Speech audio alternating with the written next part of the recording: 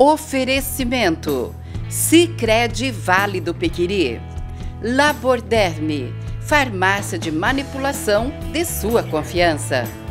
Oftavita, Hospital Oftalmológico da cidade de Umuarama, no estado do Paraná. Olá pessoal, tudo bem com vocês? É o programa da Tamires, chegando mais uma vez e sempre procurando trazer novidades para vocês. Hoje nós temos Dr. Emerson Bolsonaro. Isso mesmo, ele é pneumologista. Vamos falar um pouquinho a respeito de rinite. Eu tenho encontrado muitas pessoas com rinite alérgica. Ele é um médico que ficou muito comentado, é um ótimo profissional, principalmente na época do Covid. A gente ouvia falar muito tanto dele como outros profissionais aqui da cidade de Cascavel.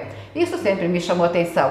Mas eu estou aqui, excelente profissional, viu gente? Minha mãe gosta muito, minha irmã, meu cunhado, a família Planck aí, que ainda meu cunhado, João Planck, está em tratamento com o Dr. Bolsonaro, né, pneumologista. Mas o meu assunto aqui é rinite alérgica. Eu não sei se no verão, essa época, as rinites, as ites, acometem muitas pessoas. E também, é claro, um pouquinho a respeito de tuberculose. Tudo bem contigo, doutor? Tudo bem. Prazer em te conhecer. Prazer é todo meu. Você é bem diferente do Bolsonaro, o ex-presidente. É um pouquinho, né? Um pouquinho diferente. Ele não tem barba. Ele não tem barba, eu tenho barba. Doutor. Sim. Vamos falar um pouquinho a respeito da rinite, as rinites alérgicas ou rinite alérgica. Eu não sei se rinite tem mais que um tipo ou é só a rinite alérgica e por que as pessoas são acometidas por rinites. As ites. As ites, né? Então, a rinite, ela é, na sua grande maioria dos casos, ela é alérgica. Mas existem alguns outros tipos de casos, por exemplo, a rinite vasomotora, que é uma rinite que depende muito de mudança de temperatura e de frio, etc.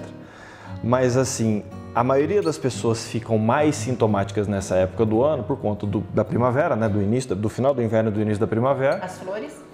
Exatamente, que o tempo é mais seco, né? Não chove com tanta frequência e há muito pólen em suspensão. Então aquele ventinho de final de agosto, setembro e agora a florada das plantas, né? Da maioria das plantas, isso deixa muito pólen em suspensão. E a maioria dos riníticos são alérgicos ao pólen. Então é o atim o tempo todo, né? Na primavera toda é atim para cá e atim para lá o tempo todo. Dá tipo uma inflamação nos brônquios, não? Não, a rinite ela é uma doença que ela afeta as vias aéreas superiores. Então você tem o nariz, que se comunica com a garganta até lá no fundo. Então o rinítico ele tem o revestimento interno do nariz muito sensível, né? Então quando ele respira algo no ar que ele tem alergia, aquilo vai desencadear nele uma resposta inflamatória muito intensa, que na maioria das pessoas não acontecem, e essa resposta inflamatória faz com que a mucosa, o revestimento interno do nariz, ela incha, ela fica inchada, produza bastante muco, bastante coriza e coça bastante. E como não dá para coçar com o dedo, você coça espirrando e esfregando o nariz, né? Então a rinite é uma doença que ela afeta as vias aéreas superiores. Tem tratamento, tem cura? Então, infelizmente, a rinite ela não é uma doença que você cura. Ela é uma doença que você nasce com ela e ela começa a se manifestar a partir de uma determinada idade, não tem uma idade padrão, mas geralmente já na infância já começam os primeiros sintomas. E como ela é uma doença que a gente chama de sazonal, é uma doença que ela tem época para aparecer, na maioria dos casos, então, e não é uma doença que você cura, porque você vai ter que conviver com ela, é uma doença que precisa de controle, né? Tanto o controle ambiental, do lugar que você vive, do lugar que você trabalha, do lugar que você dorme, quanto, em alguns casos, controle medicamentoso. Fazer o que para evitar, doutor? Então, por exemplo, a gente falou da rinite da época da primavera, mas tem muito rinítico, por exemplo, que tem alergia a ácaro, né? Que também é um grande alérgeno aí que incomoda a maioria dos riníticos. E o ácaro é um bichinho microscópio, né? Ele é um artrópode, ele é um aracnídeo, na verdade ele não é um inseto. Ele é muito pequenininho, a gente não consegue vê-lo a olho nu, mas ele adora ambientes quentes, úmidos e com matéria orgânica, né? E o ambiente propício para o ácaro é a nossa cama, né? Então assim, a gente tem calor A gente tem umidade, que a gente transpira, e a gente elimina matéria orgânica o tempo todo, que é a pele, pelos, né, cabelos, etc. Então, o nosso colchão e o nosso travesseiro é um parque de diversões para os ácaros, né? Então, para aquelas pessoas que têm aquele travesseiro de estimação, que faz 8 anos, 10 anos que tem o mesmo travesseiro, saiba que metade do peso daquele travesseiro é de pele morta e de ácaro e restos de ácaro ali dentro. Então, é óbvio que tem que trocar esse travesseiro com uma certa frequência, o travesseiro tem que ser antialérgico, o colchão tem que ser colocado ao sol de tempos em tempos, né? O quarto tem que ser bem limpo, com pouca coisa para acumular poeira. O rinítico, ele sabe que se ele mexer em algo que está muito tempo guardado, muito tempo parado, ele vai começar a espirrar e não vai parar mais. Por quê? Porque aquilo está cheio de ácaro, aquilo está cheio de poeira doméstica, que é diferente da poeira de terra. As pessoas confundem, quando a gente fala poeira, acha que aquela poeira de estrada de terra, que quando você, né, levanta aquele poeira, não, ali não tem ácaro. O ácaro tem naquela poeira que quando você afasta o móvel, sabe aquela poeirinha que fica rolando ali? Aquela poeirinha ali é terrível pro ácaro. Aquilo ali, o ácaro, nada de braçada ali, né?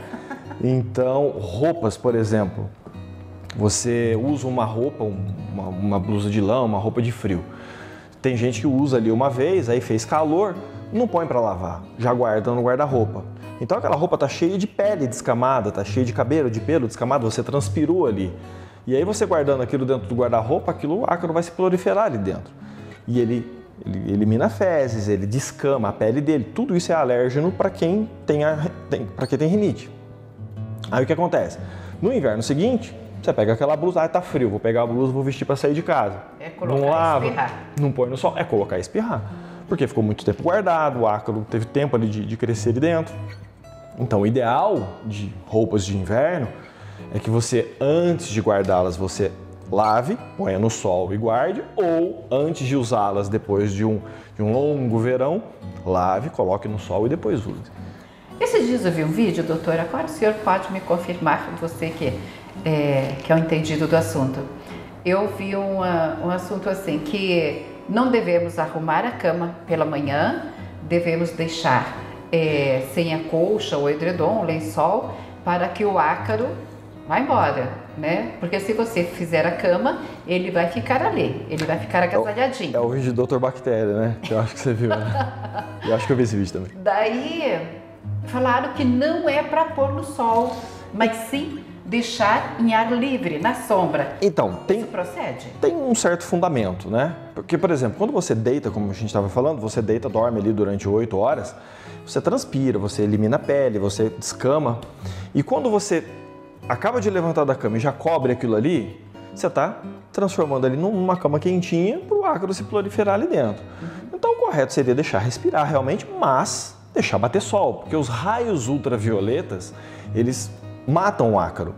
Eles não deixam o ácaro se proliferar. Então, também isso, de nada adianta você não cobrir, mas deixar tudo fechado, o quarto fechado, luz apagada. Não resolve nada. Exatamente. Então, o ideal, eu sou contra sobre lençol, eu sou contra colcha, porque aquilo é uma coisa que fica dias, às vezes semanas, cobrindo a cama e descobrindo a cama para dormir, cobrindo e descobrindo sem lavar. E aquilo acumula poeira. Aquilo acumula poeira doméstica. Então, quando você vai dormir, você puxa aquilo lá, você levanta aquela poeirada toda que está ali acumulando dias e dias e dias. É visível, mas... Exatamente. Então, o sobre-lençol, ele não está protegendo a cama, ele só está acumulando mais poeira porque, por exemplo, um lençol, uma roupa de cama normal, não passa de uma semana sem lavar, né?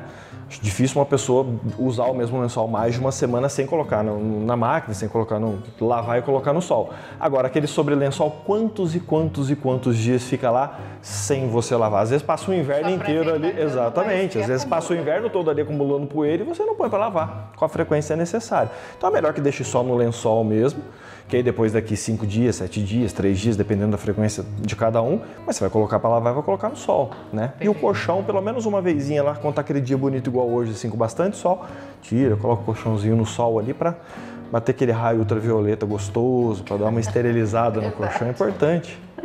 O sol é bom.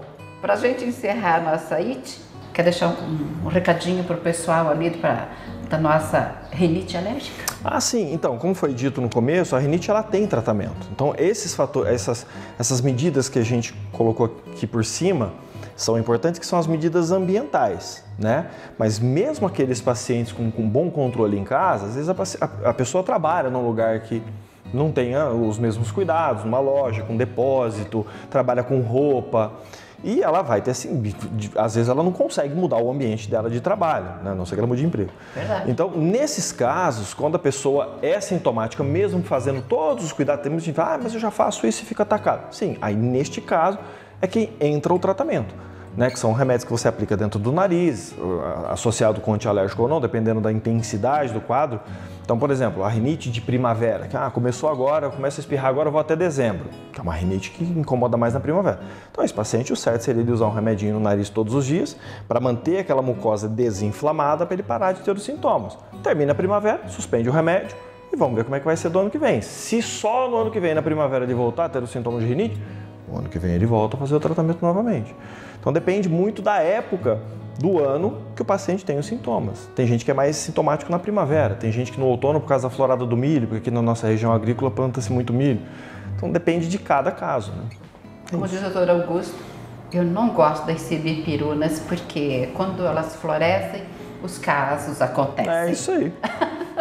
Eu vou para o comercial e volto já, então vamos falar um pouquinho sobre tuberculose.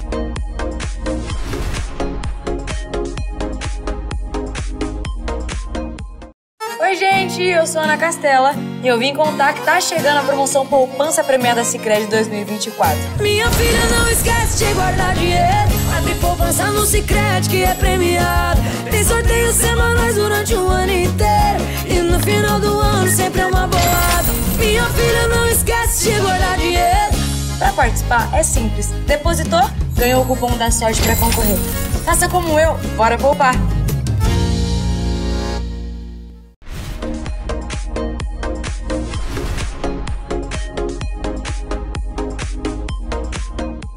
Bom, já de volta do nosso comercial, vamos falar com o doutor um pouquinho a respeito da tuberculose. Eu sou muito curiosa neste assunto, mas é lógico que nós não temos tempo aqui para o doutor falar tanto e explicar muitas coisas. Mas eu gostaria muito que o senhor falasse um pouquinho a respeito da tuberculose. Por que que a pessoa é acometida pela tuberculose? Ela deve ter pego de alguém ou vem de algum lugar? Sim. Fala um pouquinho a respeito, doutor. A tuberculose no nosso país ela é considerada uma doença endêmica. Então tem muitos casos de tuberculose no Brasil. Muitos Podemos mesmo. falar que é normal? Normal não. Ela é uma doença que ela infelizmente, ela está muito associada a nível socioeconômico, né? Lógico que não é só pessoas de classes mais favorecidas que adoecem de tuberculose, mas são a maioria dos casos. Então, é uma doença que, como dito, ela é infecto-contagiosa. O paciente, para desenvolver a doença, ele deve ter tido contato com o bacilo, que é um tipo de bactéria diferente, em algum momento da sua vida. Então, há casos de pacientes, por exemplo, eu atendo aqui no consultório muito, pacientes jovens, acometidos de tuberculose, vêm com um quadro clínico de tuberculose, e uma das condições que a gente sempre pergunta na hora que vê o raio-x e tal, e suspeita do diagnóstico, você já teve contato com alguém com tuberculose? Ah, minha mãe teve 10 anos atrás, 7 anos atrás, eu morava... ela é contagiosa, é uma doença contagiosa. Então, eu convivi com a minha mãe tratou tuberculose 10 anos atrás, e agora o paciente está com tuberculose, e o contato foi 10 anos atrás.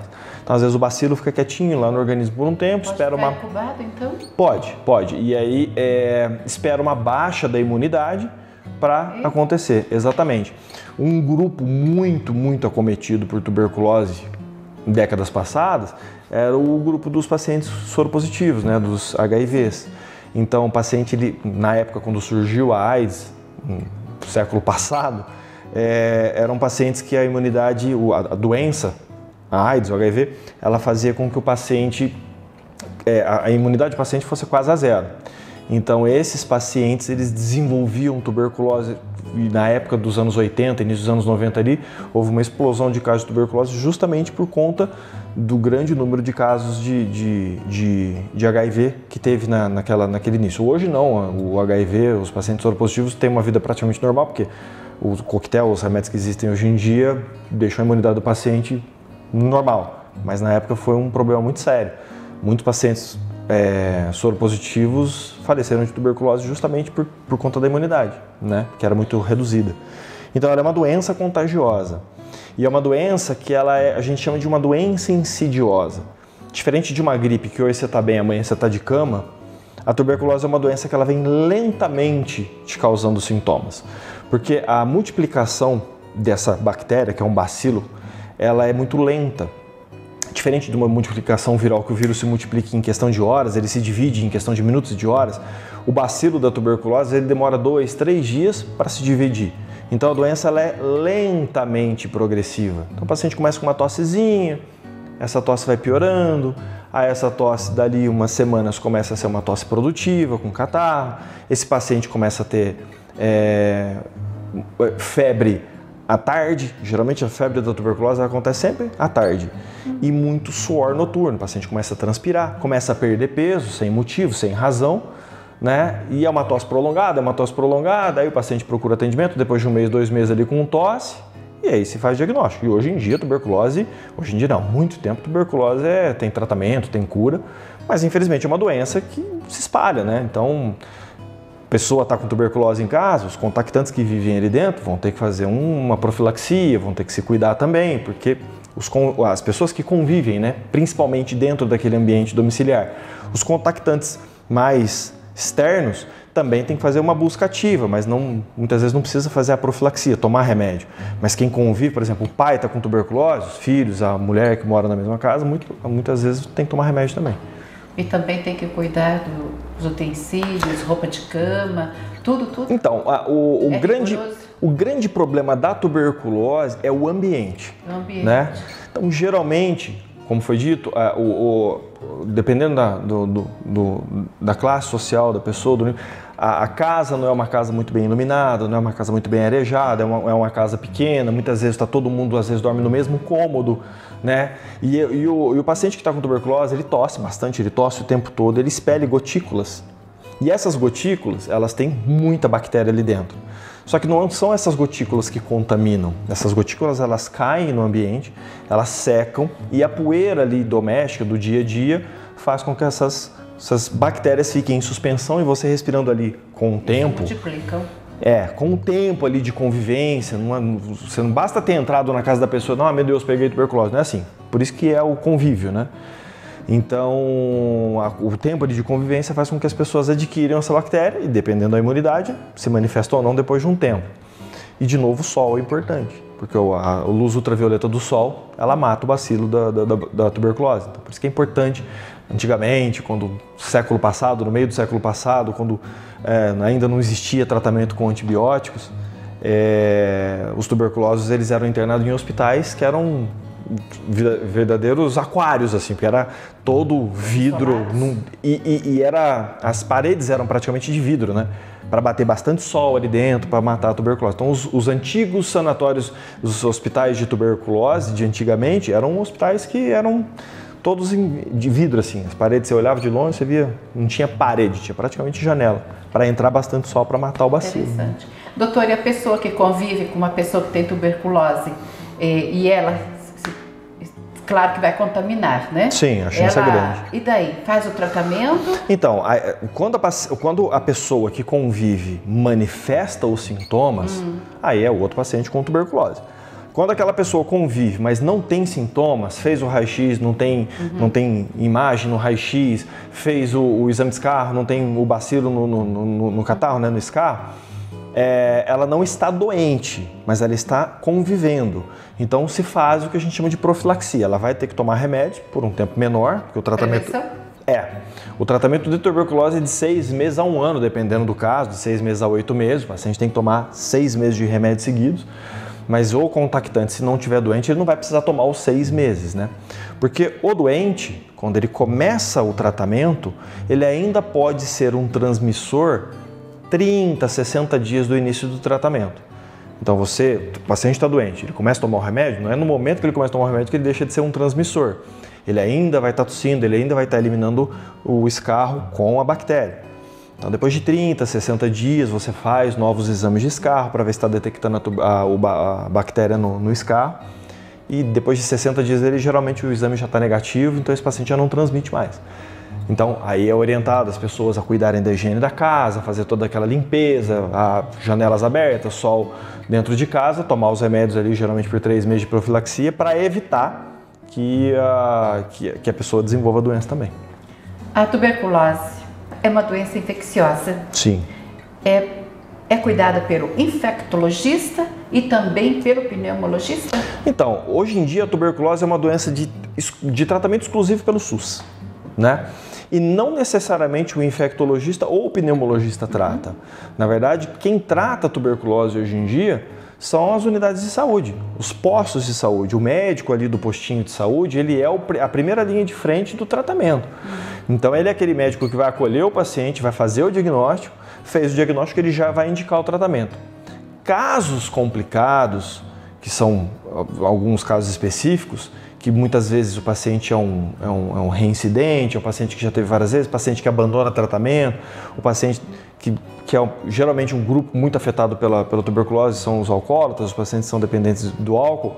Esses pacientes eles tendem a abandonar o tratamento no meio, eles não fazem um tratamento completo, e aí esses pacientes tendem a ter uma tuberculose com bactérias mais resistentes.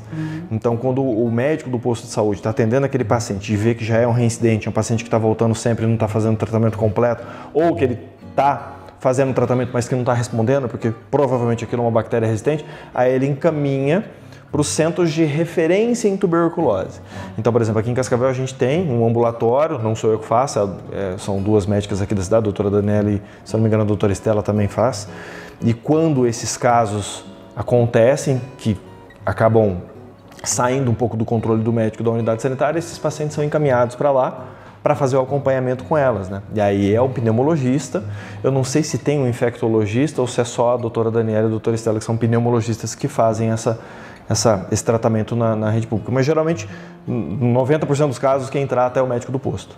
Ótimo. Doutor, eu vou te deixar à vontade para você finalizar o nosso bate-papo. Fiquei muito feliz em poder obrigado. O senhor ceder esse espacinho aí para gente. Obrigado, imagina. Nós estamos fazendo matéria em várias cidades e claro que eu procuro profissional para que a gente possa discutir algum assunto que às vezes fica até pendente na nossa agenda. Sim. Então, doutor, fique bem à vontade, por favor. Puxando o gancho da tuberculose, se você está tendo tosse há mais de 30 dias, é uma tosse com catarro, é uma tosse persistente, se você tem tido febre à tarde, perdeu peso recentemente, procure o médico. Se você tem um plano de saúde, procure o seu médico de confiança ou vá até a unidade de saúde, postinho de saúde mais próximo, faça um raio-x, faça um exame para ver se não é tuberculose. Como dito, a tuberculose é uma doença que ela é muito comum no nosso dia a dia e na nossa região. Então, se há uma suspeita, se já teve contato com alguém que já fez tratamento e você está com uma tosse persistente há mais de 30 dias, procure o médico de sua confiança ou o médico do seu bairro para fazer os exames para ver se de repente não seria tuberculose. Muito obrigada. De nada, eu que agradeço. Deus abençoe. Amém. E parabéns pelo seu trabalho. Obrigado. Doutor? Muito obrigado. Mas é isso aí, tem os grandes profissionais sempre, né? Eu vou ficando por aqui, deixando meu beijo, meu abraço. Obrigada pelo carinho e atenção de vocês. A qualquer momento o programa da Tamires volta para vocês. Beijos e abraços e até lá.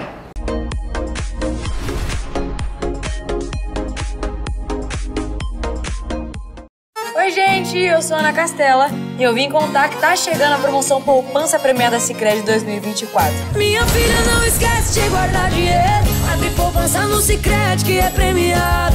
Tem sorteios semanais durante o ano inteiro e no final do ano sempre é uma bolada. Minha filha, não esquece de guardar dinheiro. Pra participar é simples. Depositou, ganhou o cupom da sorte pra concorrer. Faça como eu, bora poupar!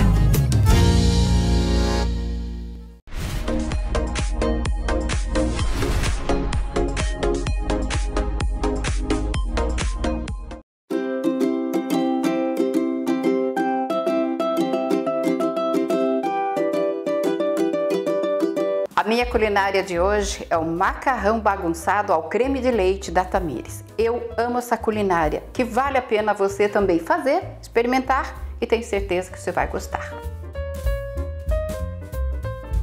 Para o nosso macarrão, nós vamos utilizar 300 gramas de macarrão, tipo aquela massa caseira que você compra no mercado, ok? Nós vamos utilizar para o molho do macarrão 150 gramas de carne de frango da coxa, porque é a carne que eu acho mais saborosa. 4 colheres de azeite, um tomate picadinho, sal para nossa culinária, milho verde com ervilha, 200 gramas de molho de tomate, uma caixinha de creme de leite e mais ou menos 30 gramas de queijo ralado. Fica a seu critério também se quiser. Nós vamos utilizar, não está aqui, nós vamos colocar alho também. Eu já vou colocar aqui a nossa massa para cozinhar. Olha, sal é a gosto, viu, gente? Porque eu não gosto nada salgado, nada gorduroso, nada muito doce. Então, o sal fica a teu critério também, é a gosto. Agora eu vou deixar isso aqui cozinhar e nós vamos começar já a fazer o nosso molhinho, porque tem que fritar a carne, ok? Aqui eu vou colocar o meu azeite. Tira bem, porque geralmente quando nós colocamos os ingredientes assim, já está tudo na quantia certinha, tá?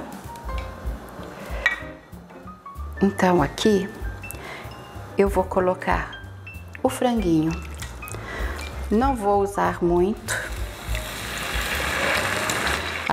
Aqui nós vamos deixar fritar um pouquinho e depois nós vamos colocar o alho, que eu gosto muito de alho na comida.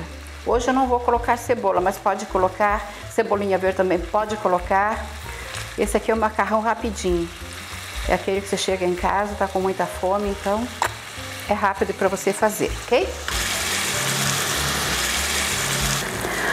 Aqui já está, então, a carne e o tomate. Já desmanchou o tomate. Agora eu vou colocar, vamos colocar o restante dos ingredientes. Esse aqui está pronto, né? O molhinho também. É só para que eles possam se integrar. Vamos deixar isso aqui cozinhar um pouco e depois nós colocamos o creme de leite no final e o queijo também para... Eu gosto de colocar o queijo até no molho. Você pode colocar da forma que você quiser, ok? Então é isso, agora vamos deixar cozinhar.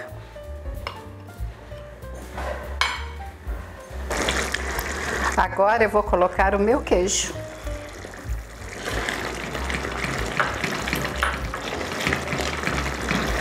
Eu gosto desse queijinho aqui, esse parmesão.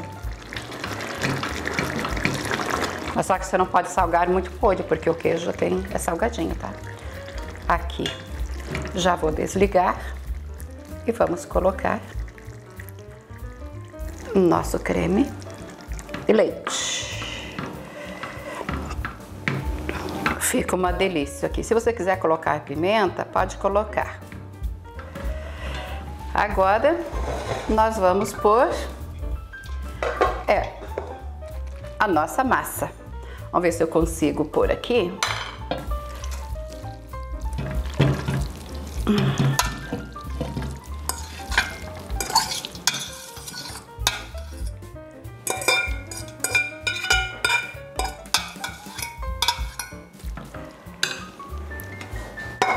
Pegar mais um garfo para mexer a nossa massa. Olha que delícia, gente. Eu gosto da massa com bastante molho.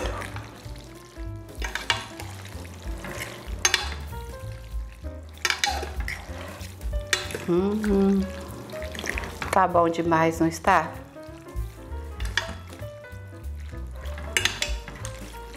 Agora eu vou passar para um refratário.